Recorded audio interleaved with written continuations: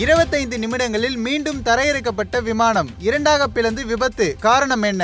கோஸ்டிகாவில் THL நிறுவனத்திற்கு சொந்தமான சரக்கு விமானம் அவசரமாக தரையிறங்கியது. அப்போது திடீரென விமானத்தின் பின்புறத்திலிருந்து புகை கிளம்பியது. இயக்கத்திலேயே இருந்த விமானம் ஒரு கட்டத்திற்கு மேல் இரண்டாக உடைந்து நின்றது. இந்த விபத்து ஏற்படும் பொழுது விமானத்தில் 2 பேர் மட்டுமே இருந்துள்ளனர். அவர்கள் இருவருக்கும் எவ்வித காயமும் ஏற்படவில்லை என கோஸ்டிகா தீயணைப்பு வீரர்களின் தலைவர் ஹெக்டர் சாப்ஸ் தெரிவித்துள்ளார். இருப்பினும் முன்னெச்சரிக்கை நடவடிக்கையாக விமானத்தில் இருந்த இருவரையும் மருத்துவ பரிசோதனைக்காக அனுப்பி வைத்துள்ளனர். விமானம் தரையிறங்கிய போது எதிர்பாராத விதமாக ஏற்பட்ட விபத்து தொடர்பான புகைப்படங்கள் மற்றும் வீடியோக்கள் சமூக வலைதளங்களில் வைரலானது. விபத்து குறித்து உள்ளூர் அதிகாரிகள் விசாரணையை தொடங்கினர். கோஸ்டிகா தலைநகர் சான் ஜோஸுக்கு வெளியே உள்ள ஜுவான் சான் மரியா சர்வதேச விமான நிலையத்திலிருந்து புறப்பட்ட ஜோயிங் 757 ரக விமானத்தில் திடீரென இயந்திர கோளாறு ஏற்பட்டுள்ளது. இதையடுத்து புறப்பட்ட 25 நிமிடங்களில் அந்த விமானம் அவசரமாக தரையிறங்க முயன்றுள்ளது. அப்போது தான் இந்த விபத்து ஏற்பட்டது. ஹைட்ராலிக் பிரச்சனை காரணமாக விபத்து ஏற்பட்டிருக்கலாம் என கூறப்படுகிறது.